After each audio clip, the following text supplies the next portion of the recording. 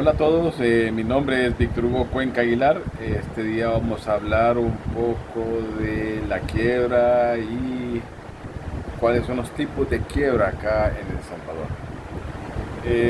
Bueno, podemos comenzar diciendo que en el derecho mercantil salvadoreño la quiebra se define como la situación en la que una empresa es incapaz de cumplir con sus obligaciones financieras y por tanto debe proceder a liquidar sus activos para pagar a los acreedores.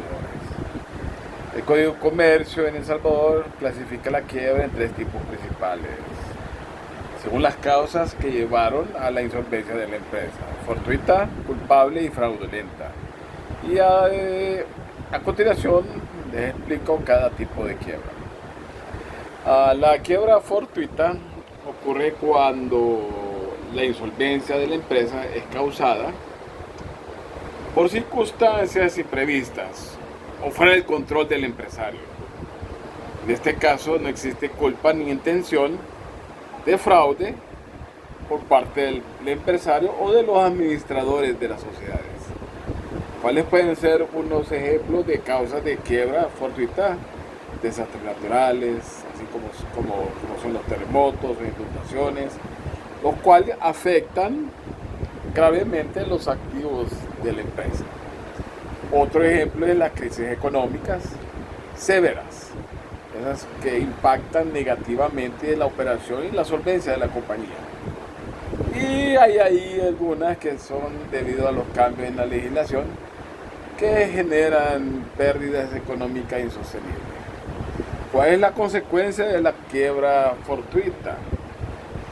Al ser fortuita, el empresario no enfrenta sanciones adicionales ni se le atribuye responsabilidad personal en la insolvencia. Y los bienes de la empresa serán liquidados y distribuidos entre los acreedores, de acuerdo con el orden de prelación establecidos en el mismo Código de Comercio. La segunda que vamos a hablar es la quiebra culpable. La quiebra culpable se da mucho cuando la insolvencia se debe a una conducta negligente o imprudente por parte de los administradores o el empresario, sin que exista intención de causar daño. O sea, aquí la quiebra surge de una falta de diligencia en la administración de los recursos de la empresa. ¿Cuáles son esos ejemplos? Una mala gestión financiera, como asumir riesgos excesivos sin prever el impacto en la solvencia de la empresa. Otro puede ser la falta de control en los gastos operativos, llevando a la empresa a incurrir en deudas insostenibles.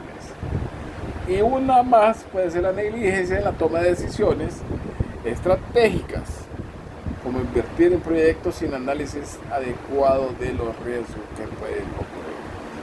¿Cuáles son las consecuencias de la quiebra culpable? En este tipo de quiebra, los administradores pueden enfrentar responsabilidad civil por daños causados a los acreedores. Y dependiendo de la gravedad de la negligencia del empresario o los administradores, podrían ser inhabilitados para ejercer actividades comerciales por un periodo determinado. Hoy vamos a hablar de el tercer tipo de quiebra. Esta es la quiebra fraudulenta.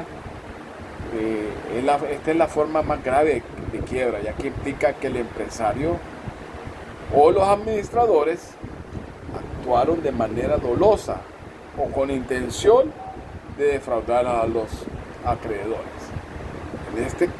En este caso se detecta que las personas responsables tomaron medidas para ocultar activos, falsificar información o realizar actos que agravaron intencionadamente la situación de insolvencia.